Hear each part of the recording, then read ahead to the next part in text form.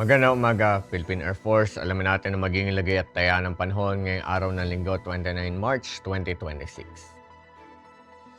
Sa kasalukuyan, wala naman tayong binabantayan na kahit anong sama ng panahon sa loob at labas ng ating Philippine Area of Responsibility. Ngunit patuloy pa rin makakaapekto itong ating easterlies o yung mainit na hangin nagmumula sa dagat Pasipiko dito sa ating bansa. Dahil dito, asahan natin ang Metro Manila at ang buong Luzon, ganoon na rin sa buong Visayas at Mindanao ang bahagi hanggang sa maulap na kalangitan na may pulupulong pagulan, pagkidlat at pagkulog.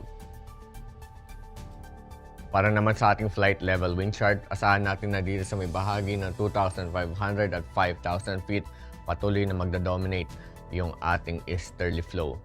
Asahan natin yung mga light to moderate winds na may bilis na 10 to 25 knots.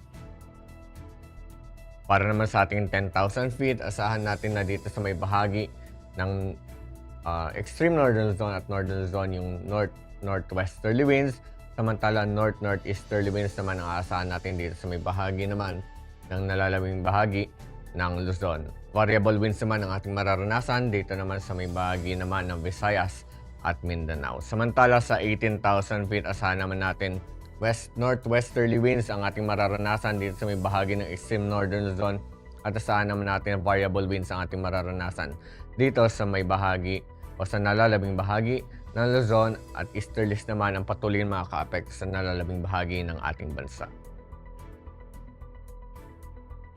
Para naman sa impact nito sa ating flying operations, ang Metro Manila at nalalabing bahagi ng ating bansa, asahan pa rin natin yung warm and humid air na makapag-enhance ng ating mga convective activities. Para sa impact nito sa rotary, asahan natin yung mga localized thunderstorms sa mga light turbulence na posibleng makaapekto sa ating mga air operations, especially inland during afternoon or evening.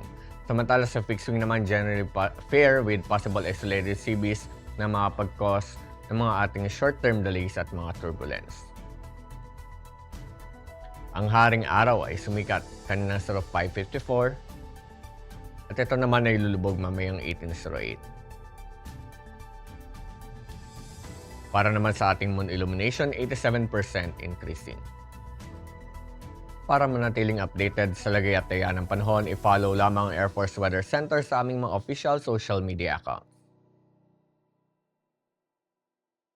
Yan lamang pong latest update mula sa ating lagay ng panahon. Sa ngalan ng aming commanding officer na si Colonel Avidian Cugador, PAF GSC, ako po si Staff Sergeant John Artistal Cipuedes, Philippine Air Force, Weather Broadcaster ng Air Force Weather Center.